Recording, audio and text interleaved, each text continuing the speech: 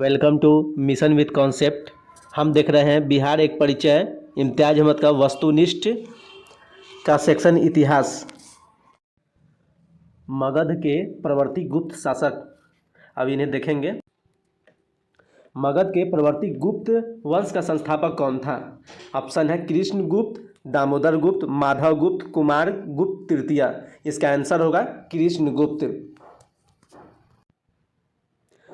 मगध के प्रवर्ती गुप्त शासक की जानकारी वाला अभिलेख गया और शाहबाद जिले से प्राप्त हुआ है।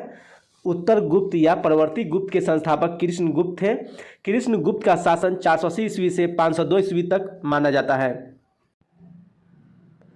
मगध के किस प्रवर्ती गुप्त शासक ने मौखरी शासक को पराजित किया था? ऑप्शन है कृष्ण गुप्त, कुमार गुप्त तृतीय, दामोदर गुप्त, उपयुक्त में से कोई नहीं। इसका आंसर होगा कुमार गुप्त तृतीय। मगध के कुमार गुप्त तृतीय ने प्रवर्ती गुप्त शासक ने मौखरी शासक को पराजित किया। कुमार गुप्त तृतीय ने चक्रवर्ती गुप्तों से स्वतंत्र अपने राज को कर लिया। मौखरी शासक ने किसे परास्त कर मगध के अधिकांश भाग को जीत लिया? ऑप्शन है कृष्ण गुप्त, दामोदर गुप्त, माधव गुप्त, उपयुक्त में से कोई नहीं। इसका आंसर होगा दामोदर गुप्त। मौखरी शासक ने दामोदर गुप्त को परास्त कर मगध के अधिकांश भाग को जीत लिया।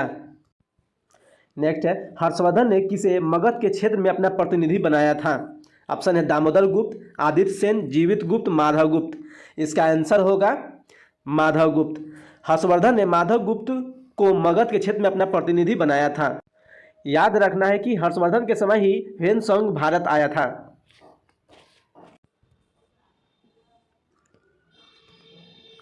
हर्षवर्धन के मृत्युपरांत बिहार के कुछ क्षेत्रों में कुछ समय के लिए तिब्बत की संप्रभुता स्थापित हो गई थी, जिसका अंत किया था। ऑप्शन है माधव गुप्त ने, जीवित गुप्त ने, आदित्य सेन ने, कुमार गुप्त तृतीय ने। इसका आंसर होगा आदित्य सेन ने। बिहार के किसी स्थानीय शासक अर्जुन ने चीनी यात्रियों को क्षति पहुंचाई थी।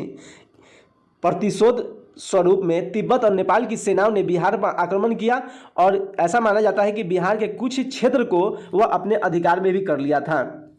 वैसे हर्षवर्धन के बाद माधव गुप्त ने ही अपने को स्वतंत्र रूप से शासक बना लिया था।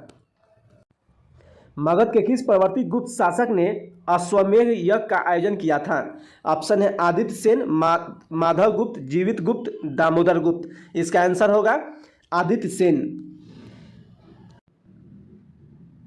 मगध के आदित्य सेन ने प्रवर्ती गुप्त शासक ने अश्वमेध यज्ञ का आयोजन किया था।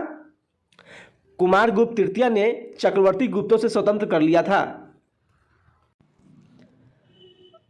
आदित्य सेन ने ही तिब्बत की प्रभुसत्ता से बिहार को मुक्त कराया था। मगध के प्रवर्ती गुप्त वंश का अंतिम शासक कौन था?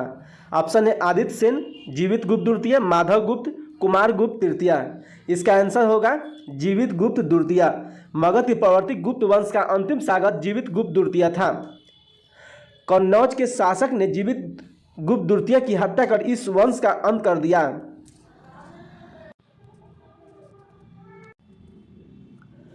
मगध के किस प्रवर्ती गुप्त शासक को असंख्य शत्रुओं का विजेता कहा जाता है? ऑप्शन है कृष्ण गुप्त, हर्ष गुप्त, दामोदर गुप्त, उपयुक्त में से कोई नहीं। इसका आंसर होगा कृष्ण गुप्त। मगध के कृष्ण गुप्त प्रवर्ती गुप्त शासक को असंख्य शत्रुओं का विजेता कहा जाता है। कृष्ण गुप्त विद्वानों द्वारा सदा घिरा रहता था। मगध के प्रवर्ती गुप्त शासक और उसके उपाधियों को सम्मिलित कीजिए। इसे शासक और उपाधि को क्रमशः देखते हैं हम। हर्षगुप्त को, तो हर्षगुप्त को उपाधि था वीर योद्धा का। कुमार गुप्त का उपाधि मिला था महाराजाधिराज का। जीवित गुप्त को उपाधि मिला था राजाओं में सिरमौर। और आदित्य सेन को उपाधि मिला था परम भट्टारक महाराजाधिराज का। इस प्रकार इसका आंसर सी सही होगा, सी ऑप्शन सही होगा। यहाँ सी पे टिक लगा देते हैं, इसका सी सही है। मगध के किस परवर्ती गुप्त सम्राट के बारे में कहा गया कि उसने समुद्र तट तथा हिमालय के शत्रुओं को जीता था? ऑप्शन है दामोदर गुप्त, आदित्य सेन, कृष्ण गुप्त, जीवित गुप्त। इसका आंसर होगा जीवित गुप्त। मगध के जीवित गुप्त परवर्ती गुप्त सम्राट के बारे में कहा जाता है कि उसने समुद्र तट तथा हिमालय के शत्रुओं को जीता था। परवर्ती गुप्त का तीसरा शासक जीवित गुप्त 525 से 545 ईस्वी तक शासन करने वाला शासक था। हर्षवर्धन की मृत्यु के बाद मगध के अंतर्गत एक विस्तृत साम्राज्य स्थापित करने वाला प्रथम शासक था। ऑप्शन है आदित्य सेन, माधवगुप्त, देवगुप्त, कुमारगुप्त। इसका आंसर होगा आदित्य सेन। हर्षवर्धन की मृत्यु के बाद मगध के अंतर्गत एक विस्तृत साम्राज्य स्थापित करने वाला प्रथम शासक आदित्य सेन था। याद रहे कि आदित्य सेन ने ही तिब्बत की प्रभुसत्ता से बिहार को मुक्त कराया था। मगध के किस परवर्ती गुप्त सम्राट के शासनकाल में चीनी राजदूत वांग हुएन तसे भारत की यात्रा की थी? ऑप्शन है माधवगुप्त, महासेन गुप्त, कृष्ण गुप्त, आदित्य सेन। इसका आंसर है आदित्य सेन। मगध के आदित्य सेन के शासनकाल में ही चीनी राजदूत वांग हुएन तसे भारत की यात्रा की थी। याद रहे कि आदित्य सेन ने ही तिब्बत की प्रभुसत्ता से बिहार को मुक्त कराया था। मगध के परवर्ती गुप्त शासकों का सही क्रम है, तो हमें तो पहले देखना पड़ेगा कि कौन कौन है। पहला है कृष्ण गुप्त, उसके बाद में हर्ष है, उसके बाद में जीवित है, उसके बाद में कुमार गुप्त है।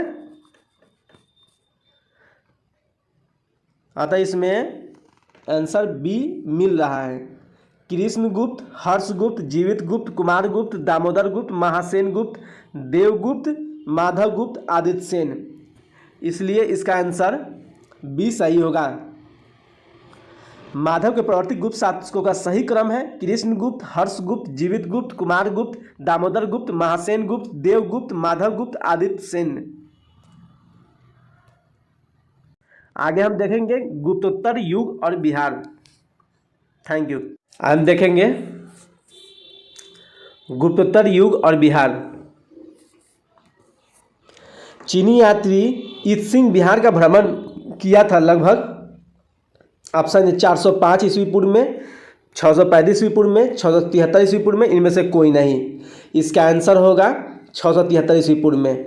चीनी यात्री इत सिंह बिहार का भ्रमण 673 ईस्वी पूर्व में किया था। इत सिंह ने लगभग 675 ईस्वी में लगातार 10 वर्षों तक नालंदा विश्वविद्यालय में शिक्षा प्राप्त किया था।